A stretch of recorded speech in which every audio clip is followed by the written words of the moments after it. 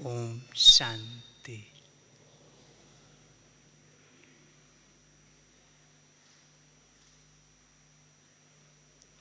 हम सब आत्माएं पुरुषोत्तम संगम युग निवासी श्रेष्ठ आत्माएं हैं। हम सब आत्माओं का इतना श्रेष्ठ भाग्य कि नया साल शुरू होते ही 12:01 हुआ कि इन नयनों के सामने स्वयं परम पिता परमात्मा वरदाता बाप भाग्य विधाता आदि पिता ब्रह्मा बाप सबसे पहले दिखाई पड़े। इन नयनों का क्या श्रेष्ठ भाग्य कि सबसे पहले साल के प्रथम चरण में प्रथम सेकंड में भगवान को देखा। लौकिक दुनिया में कहते हैं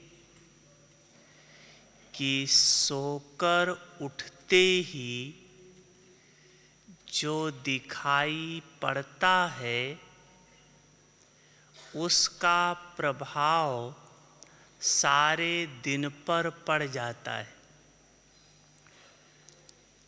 यहाँ पर सबसे पहले साल का पहला सेकंड परम आत्मा दिखाई पड़ा।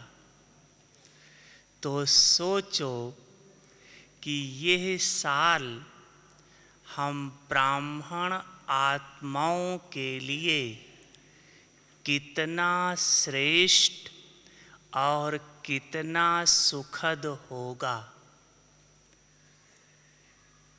भगवान को देखा,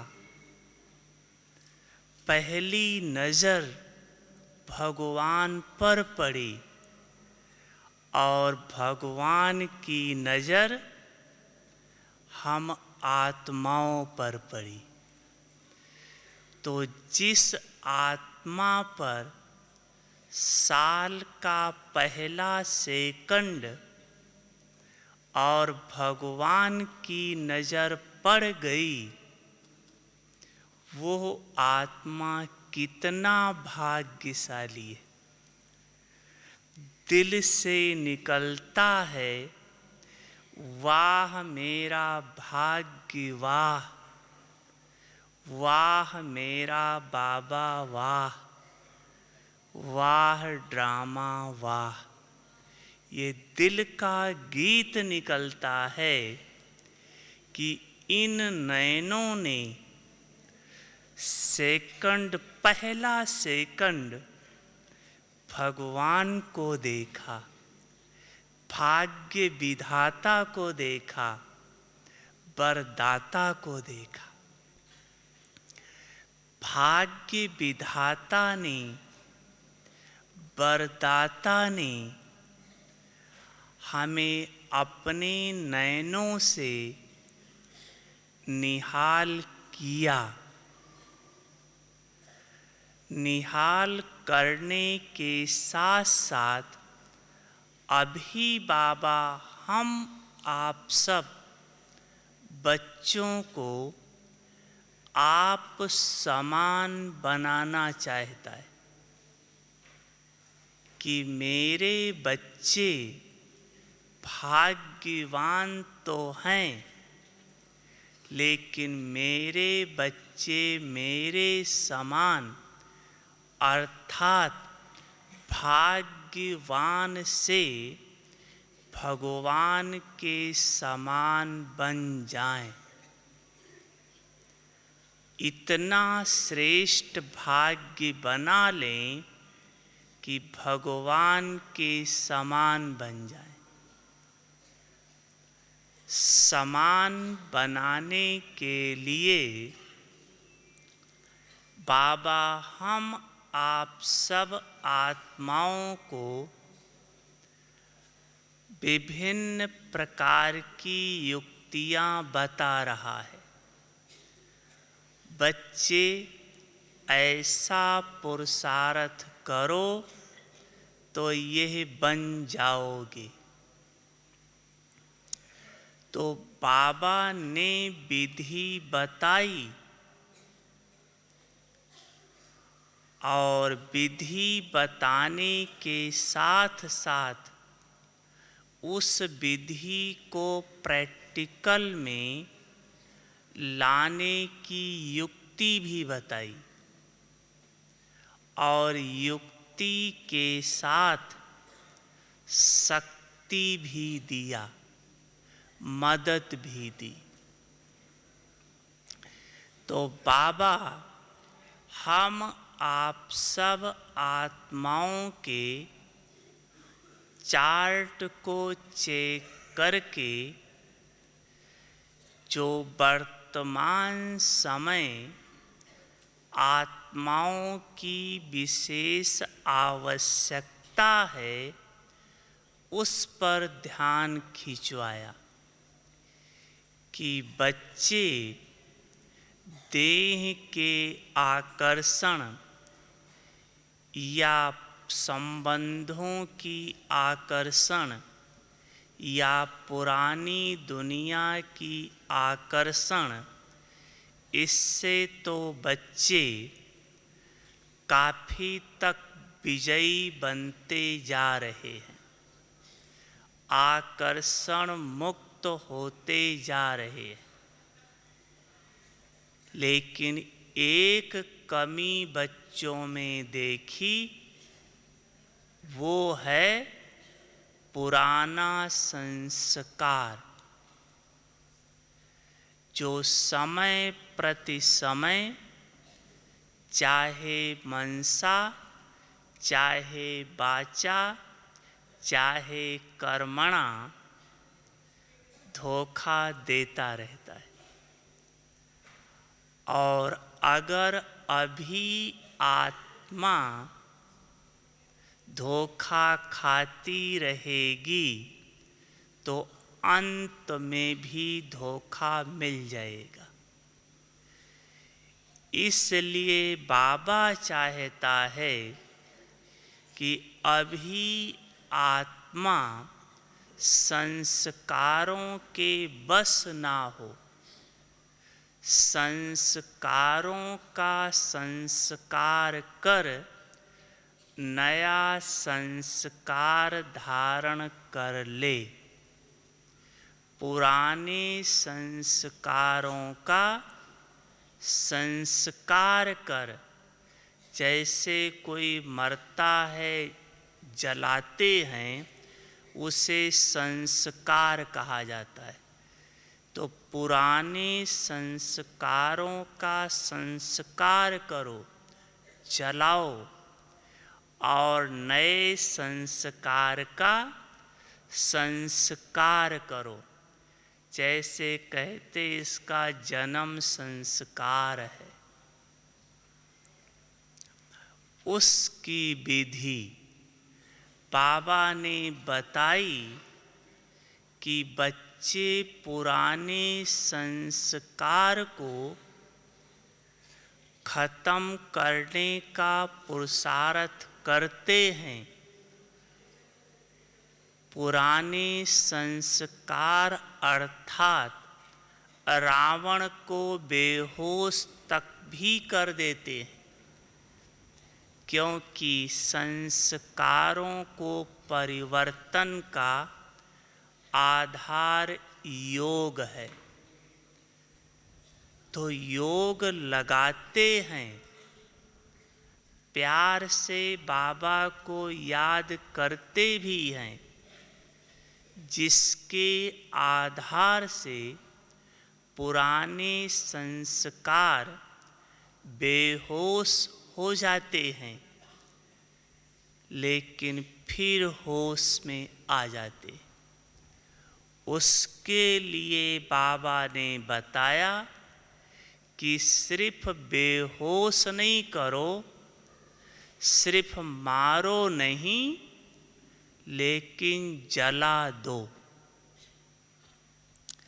अगर जला देंगे तो जली हुई चीज़ दोबारा नहीं पैदा होती। जैसे हम सब क्या पुरुषार्थ करते हैं, आज आत्मा ने पुरुषार्थ किया स्वयं को इस शरीर से अलग करने का।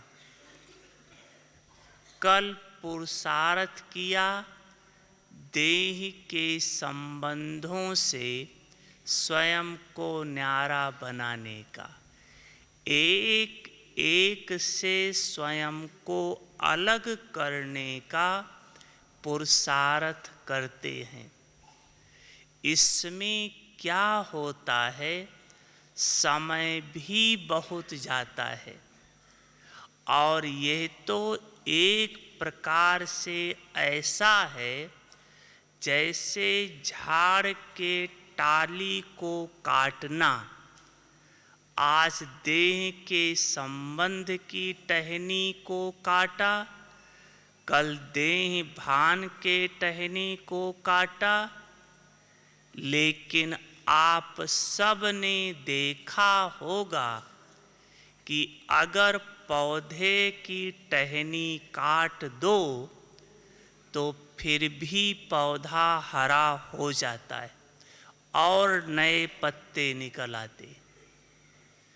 तो ऐसे ही अगर सिर्फ मारा है तो समय और वायुमंडल का पानी पड़ते ही फिर वो संस्कार इमर्ज हो जाता है। जिसको आप समझते थे हमने खत्म कर दिया है, वो फिर इमर्ज हो जाएगा। जैसे पौधे के टहनी को काटा, उसको स्पेशल पानी देने की ज़रूरत नहीं है, लेकिन वातावरण और वायुमंडल से स्वतः ही पानी खींचकर हरा भरा हो जाता है। ऐसे जिस संस्कार को आपने खत्म किया था, जब उस संस्कार का वही वायुमंडल दोबारा बनता है, वो परिस्थिति दोबारा आती है, तो वो संस्कार स्वतः इमर्ज हो जाता है। क्योंकि मारा है, जलाया नहीं। तो बाबा ने कहा था कि योग अग्नि से जला दो, जली हुई चीज दोबारा प्रकट नहीं होगी। जलाने के लिए जितने कड़े संस्कार हैं, उतना ही कड़ा योग का रूप चाहिए, अर्थात पावरफुल याद चाहिए। योग अग्नि वाला चाहिए। हम सब योग लगाते हैं, लेकिन योग अग्नि का रूप नहीं ले पाता है। तो क्या पुरुषार्थ करें जो हमारा योग अग्नि का रूप ले ले, हमारे संस्कार भस्म हो जाएं, जो दोबारा प्रज्वलित ना हों, क्या पुरुषार्थ करे। देखो, तेज आग जलाने के लिए सूखी लकड़ चाहिए। अगर आप गीली लकड़ को चाहो हम जलाकर तेज आग ले लें, हो नहीं सकता। गीली लकड़ को जलाओगे, मेहनत ज़्यादा लगेगी, धुआं होगा, परेशानी होगी, आग भी तेज नहीं होगी। अगर तेज आग चाहिए तो लकड़ को सूखा करो। सूखी लकड़ की आग तेज होगी।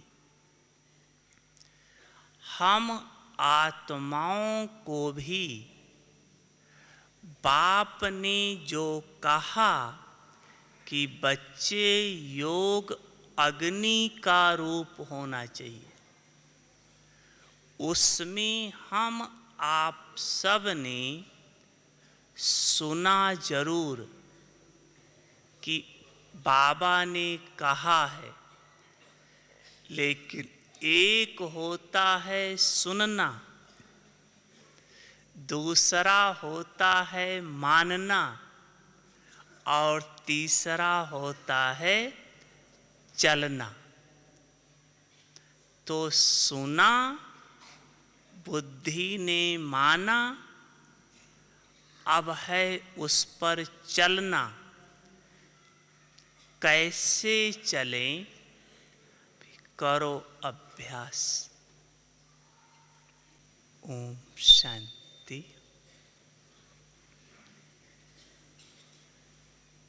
तो तेज आग के लिए जैसे लकड़ का सूखा होना आवश्यक है, वैसे आत्मा को पावरफुल याद में स्थित होने के लिए जो आत्मा में पास्ट के संस्कार हैं, जो विकार हैं, उनको सुखाना पड़ेगा। अब लकड़ को सुखाने की दो विधि है। एक विधि है सूर्य के सामने रख दो, धूप में रख दो, और दूसरी विधि है गीली लकड़ को गर्म स्थान पर रख दो, गर्मी दो, तो उसका गीलापन हटेगा।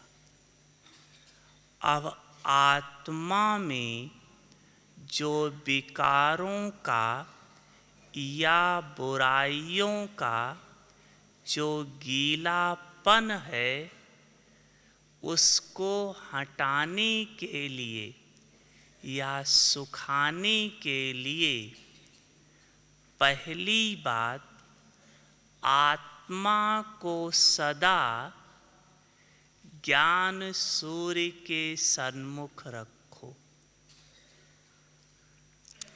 आत्मा को सदा ज्ञान सूर्य के सन्मुख रखो। किस भी विधि से रखो, चाहे संबंधों के आधार से, चाहे कर्तव्य के आधार से, चाहे साकारी याद के आधार से, लेकिन रहो सदा ज्ञान सूर्य के सन्मुख। मान लो आप कोई काम कर रहे हो, सारा दिन तो काम करना ही है। संकल्प करो ज्ञान सूर्य के सन्मुख रहने का साधन। संकल्प करो कि मुझ आत्मा को यह कर्तव्य भगवान ने दिया है। भगवान के श्रीमत के प्रमाण मैं आत्मा ये कर्तव्य कर रही हूँ। चाहे लौकिक नौकरी कर रहे हो, लेकिन भगवान का डायरेक्शन के प्रमाण कर रहे। चाहे प्रवृत्ति में हैं, भगवान के डायरेक्शन के प्रमाण हैं। तो कुछ भी कर्म कर रहे हो, यह स्मृति रखो कि मुझ आत्मा को यह ड्यूटी परमात्मा ने दी है। भगवान ने दिया है कि बच्चे तुम्हें ये कर्म करना है। उदाहरण के रूप से मान लो आप नौकरी करते हो। यह स्मृति रखो कि भगवान ने हमें ये ड्यूटी दी है। किस लिए? कि इससे जो पैसा मिलेगा, इससे विश्व की सेवा होगी। विश्व की आत्माओं का कल्याण होगा। विश्व में आपका लौकिक परिवार भी है, उनका कल्याण होगा। आप कमाई लौकिक परिवार के लिए नहीं कर रहे हो। लौकिक परिवार भी आपका विश्व के अंदर है, संसार के अंदर है। आप लौकिक परिवार के कल्याणकारी नहीं हो, विश्व कल्याणकारी। पालना लौकिक परिवार की करनी है, लेकिन लक्ष्य है कि जो धन मिलेगा उसमें पहला हिस्सा बाबा का होगा, विश्व कल्याण के लिए होगा। इसलिए बाबा ने हमें ये ड्यूटी दी है, ये सेवा दी है। तो भगवान के डायरेक्शन के प्रमाण ये काम कर रहे। बाबा याद रहेगा। कर्म जैसा हो, बाबा को संबंध के रूप से याद रखो। कभी बाबा को दोस्त बना लो। दोस्त के साथ दोनों मिलकर कर रहे। अनुभव करके देखो, कितना भी हार्ड काम होगा, खेल महसूस होगा। 1 1 11 हो जाते। आप आत्मा और 1000 भुजाओं वाला, अरब भुजाओं वाला परम आत्मा अगर आपके साथ हो गया तो कर्तव्य कितना सहज हो जाएगा। उसको साथ रखो। चाहे कर्म करते समय इस स्मृति में रहो कि भगवान ने विश्व कल्याण के लिए यज्ञ रचा है। अविनाशी रुद्र गीता ज्ञान यज्ञ, उस यज्ञ का भगवान ने मुझ आत्मा को संभालने के लिए, सेवा करने के लिए, उस यज्ञ को सफल बनाने के लिए तन मन धन जिस प्रकार की भी आवश्यकता है, हमको भगवान ने निमित्त बनाया है।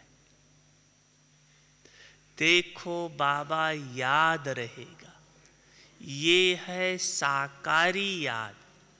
साकारी याद से भी आपका बोझा हल्का होगा। सूर्य की रोशनी से गीली लक्कड़ सूखी बनती है, समय लगता है लेकिन सूख जाती है। साकारी याद से भी आपका बोझा हल्का होता है। इसका बहुत सुंदर उदाहरण बाबा ने दिया था कि मान लो एक बर्तन में गंदा पानी भरा हुआ है, आपको उसमें साफ पानी भरना है। आपके पास इतनी ताकत नहीं है कि आप गंदे पानी को फेंक सको, पलट सको, इतनी ताकत नहीं है।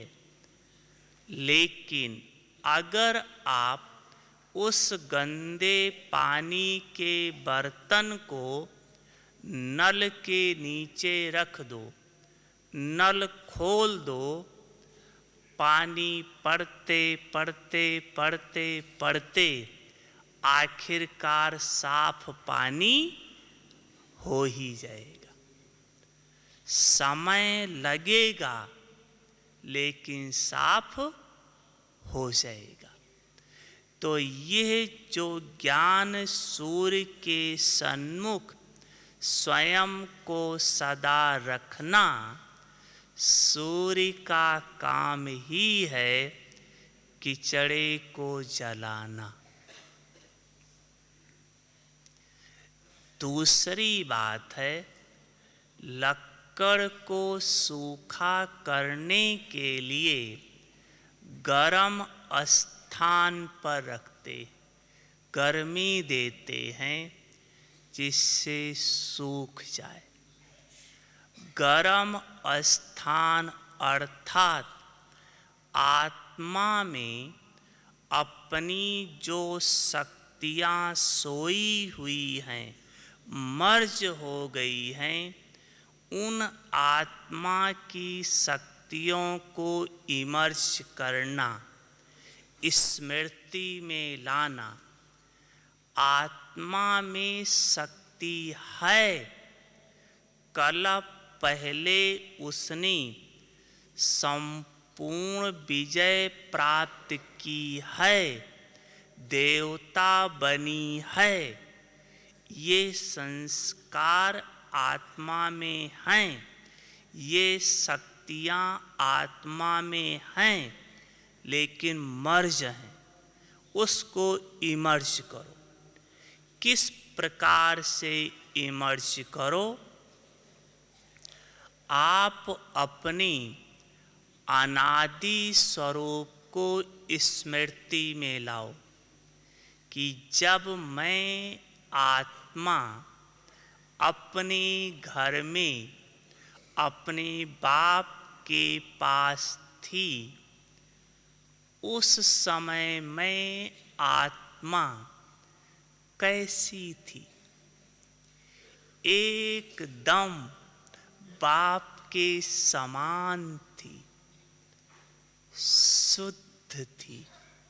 मास्टर सर्वशक्तिवान थी। अनादि स्वरूप को स्मृति में लाओ।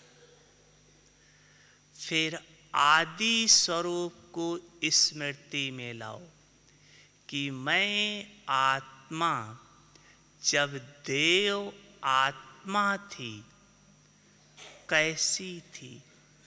सर्वगुण संपन्न थी, संपूर्ण निर्विकारी थी, मर्यादा पुरुषोत्तम थी। स्मृति में लाओ, मैं आत्मा ये थी।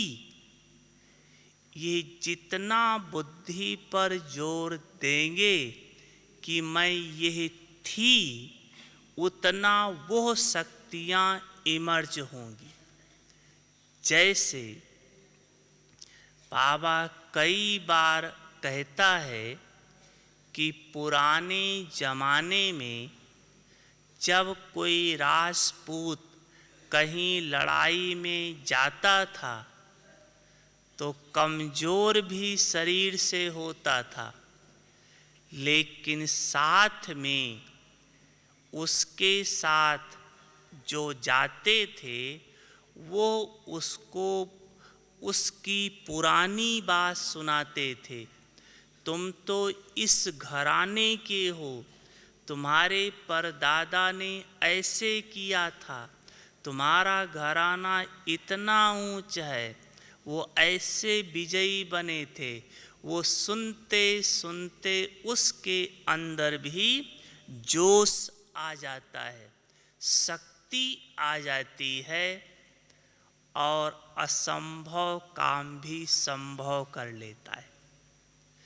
तो ऐसे आप अपने अनादि स्वरूप को इमर्ज करो, आदि स्वरूप को इमर्ज करो, अपने वंशज को इमर्ज करो कि मैं किसकी संतान हूँ, इस समय मेरा साथी कौन है। सर्वशक्तिवान मेरा बाप है, मेरा बैकबोन है, मेरा रक्षक है, मेरा गाइड है। यह स्मृतियाँ लाओ, मन बुद्धि में बिठाओ। देखो आप आत्मा में कितना जोश आता है, जिसको बाबा सो मान कहता है। इतना आत्मा में शक्ति इमर्ज होगी, ऐसे महसूस होगा कि हम तो कलप कलप के विजयी हैं। ये तो जो कमजोरी है खेल लगेगी।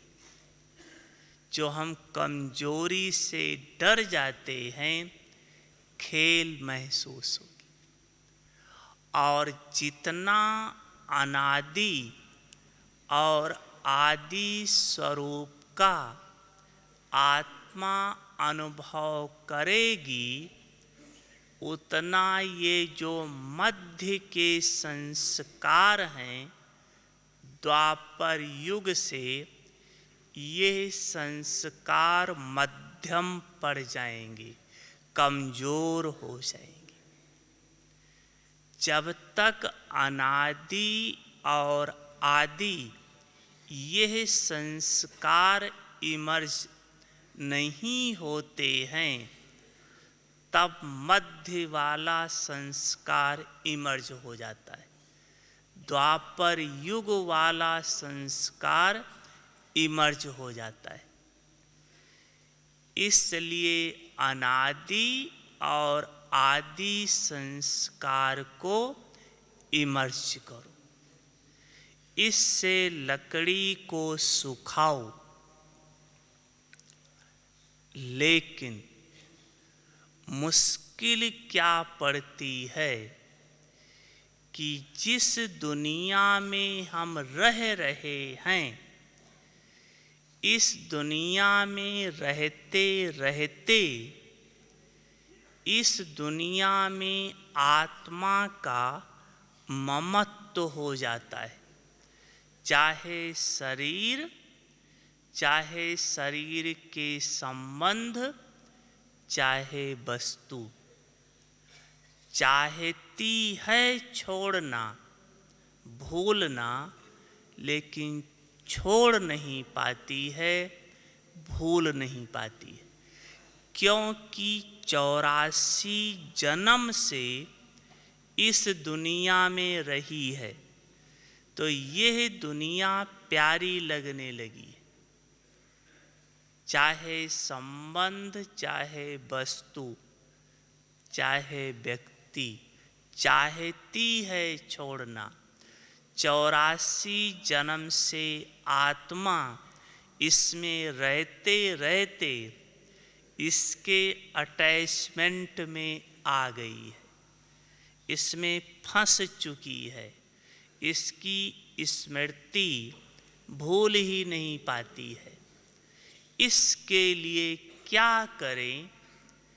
इसके लिए चाहिए बेहद का वैराग्य। जब तक वैराग्य नहीं आएगा, तब तक त्याग हो नहीं सकता, और त्याग नहीं होगा तब तक तपस्या हो नहीं सकती। पहले वैराग्य, वैराग्य से त्याग, और त्याग से तपस्या स्वतः होगी। लेकिन ब्राह्मणों को वैराग्य आता नहीं है। क्यों? वैराग्य तो तब आए जब कोई दुख हो। ब्राह्मणों को तो किसी प्रकार का दुख है ही नहीं। अम्मा मरे तो हलवा खाओ, कोई भी मरे तो हलवा खाओ, कोई दुख ही नहीं। अगर अपने ऊपर भी कुछ दुख आता है, कहते हैं बाबा बैठा है संभाल लेगा, बाबा बैठा है। तो दुख की फीलिंग ब्राह्मणों से हटती जा रही है। तो जितना दुख की फीलिंग हटती जा रही है, उतना दुनिया से वैराग्य हटता जा रहा है। लेकिन बिना वैराग्य के त्याग होगा नहीं। वैराग्य का अर्थ ये नहीं छोड़ना। वैराग्य का अर्थ है रहते हुए न्यारा रहना। इसकी भक्ति में एक कहानी बताते हैं, है ब्राह्मण जीवन के स्थिति की कहानी, योगी आत्मा की कहानी, वो भी श्रेष्ठ योगी की कहानी। बताते हैं कि एक बार दुर्वासा ऋषि श्री कृष्ण के पास गए कुछ चेलों को लेकर, और संदेश दिया कि हमें भोजन करना है।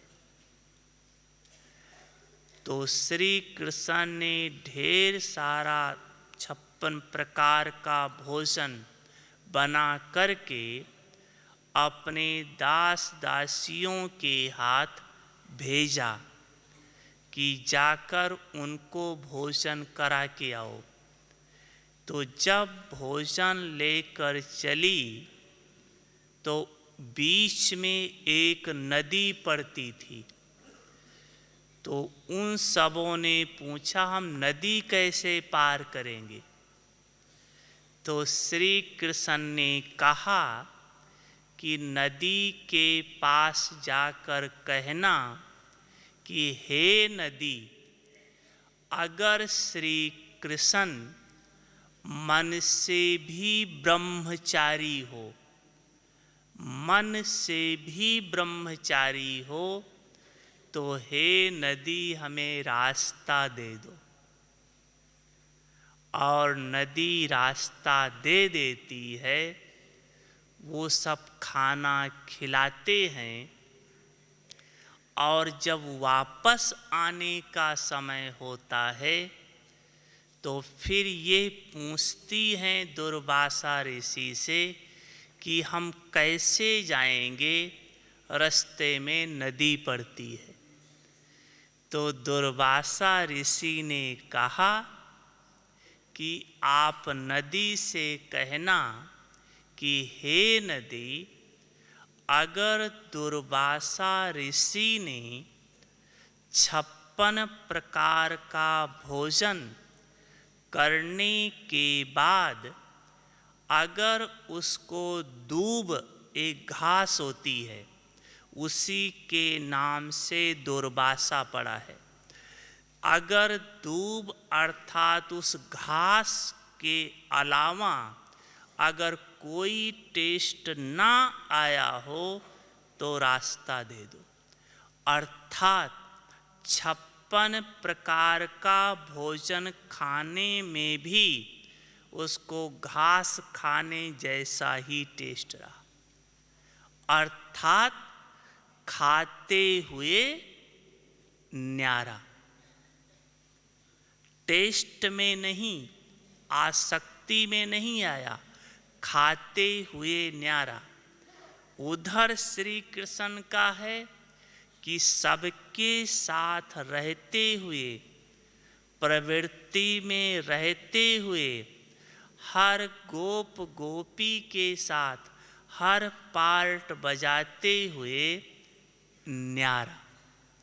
यह है स्थिति योगियों की, खाते पीते न्यारा, रहते न्यारा, जिसको कमल फूल के समान न्यारा कह सकते हैं।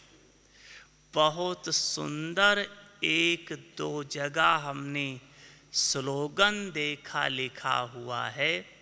देखो, नाव पानी में रहती है, पानी के बिना नाव नहीं चल सकती है, पानी पर रहती है। लेकिन अगर पानी नाव में आ जाए तो क्या हालत होगी? डूब जाएगी। ऐसे हम संसार में रहें, संसार मेरे में ना आ जाए। समझ में आई बात? हम संसार में रहें, क्योंकि संसार के बिना हम चल ही नहीं सकते। आज विनाश हो, कल हो, जब हो, लेकिन जब तक है संसार में रहना है। संसार में हम अवश्य रहें, लेकिन संसार मेरे में ना रहे। उसकी विधि है, कैसे ना रहे, उसकी बहुत सुंदर विधि है। जैसे इस शरीर का संसार है, शरीर के संबंधी हैं, वैसे आत्मा का संसार परम आत्मा है। उस संसार में रहो, वो भी आपका सर्व संबंधी है। जैसे इस शरीर के रहने का स्थान अपना अपना है, वैसे आत्मा के रहने का स्थान मधुबन है, सूक्ष्म वतन है, मूल वतन है। यहाँ रहो। बाबा आपका माता पिता है, शिक्षक है, साजन है, सर्वस्व है। इस संसार में रहो। अगर आप इस संसार में रहो तो इस संसार से न्यारे बन जाओगे। जल में रहते हुए जल से न्यारे हो जाओगे। संसार में रहते हुए संसार से न्यारे हो जाओगे। तो दूसरा पुरुषार्थ चाहिए बेहद का वैराग्य। वैराग्य लाने के लिए स्वयं से पुरुषार्थ करना पड़ेगा। स्वयं को बार बार ये गहराई से अंदर देना पड़ेगा कि ये सब विनाश होने वाला है। थोड़ा सोचो कि जिस चीज को हम मेरा कह रहे हैं, सोचना, जिस चीज को हम मेरा कह रहे हैं वो आज भगवान से हमें दूर कर रहा है। भगवान की प्राप्तियों से हमें दूर कर रहा है। तो वो मेरा नहीं लेकिन मेरा दुश्मन है। सोचो, जिस बच्चे को, जिस माँ को, जिस बाप को, जिस चीज को आप मेरा कह रहे हो और उस मेरे के कारण मेरा बाबा उससे दूर हो रहे हो, बाबा की प्राप्तियों से दूर हो रहे हो, तो यह मेरा आपका मित्र हुआ या दुश्मन हुआ? कौन हुआ? दुश्मन। भगवान से दूर कर रहा है। यह चीज अच्छी तरह सोचो, तब वैराग्य आएगा, नहीं तो उसी में अटके रह जाएंगे। ये विशेष अटेंशन दो, फिर देखो वैराग्य आ जाता है। इसके बाद है लकड़ी जलाना। पूरा करते हैं। लकड़ी जलाने के लिए भी साधन चाहिए। माचिस, और माचिस में दो चीज है, डब्बी और तीली। और तीली में भी मसाला। बड़ा युक्ति युक्त है। देखो, आपको भी अगर योग पावरफुल बनाना है, योग अग्नि का रूप ले, जो संकल्प करते ही जल जाए। एक तो जो लकड़ी सूखी बनाओ विधि बताई, जलाने की विधि है कि देखो तीली तब जलती है जब तीली का, जिसमें मसाला लगा होता है, डब्बी से संबंध होता है। जब तक वो डब्बी पे रगड़ नहीं दोगे, जलेगी नहीं। पहली बात। दूसरी बात, सिर्फ तीली ही नहीं जलेगी, उसके ऊपर मसाला लगा होगा। मसाला जब आपस में टकराएगा तब आग पैदा होगी, तब जलेगी। ठीक इसी प्रकार से जब तक आप स्वयं को आत्मक स्वरूप में स्थित नहीं किया है, आत्मक स्वरूप है मसाला, जब तक आत्मक स्वरूप में नहीं स्थित किया है और परमात्मा के साथ सर्व संबंधों का रिलेशन नहीं रखा है, तब तक आपका अग्नि प्रज्वलित हो नहीं सकती।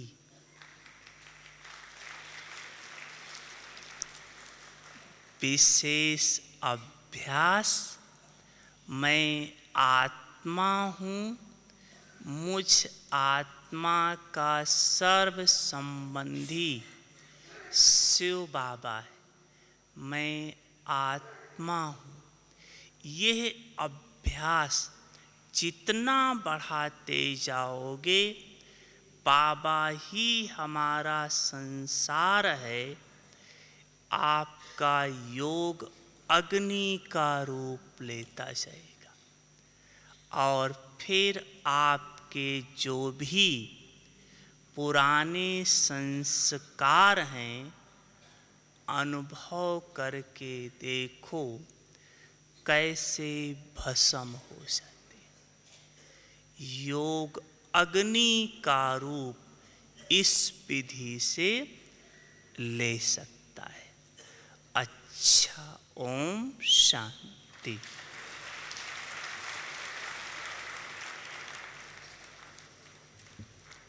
ओम शांति।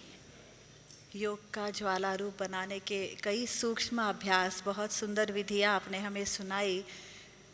ऐसा ज्वाला रूप योग करके हम शीघ्र ही अपने पुराने संस्कारों को भस्म कर देंगे। आपका बहुत बहुत धन्यवाद आदरणीय रामलोचन भाई जी। ओम शांति।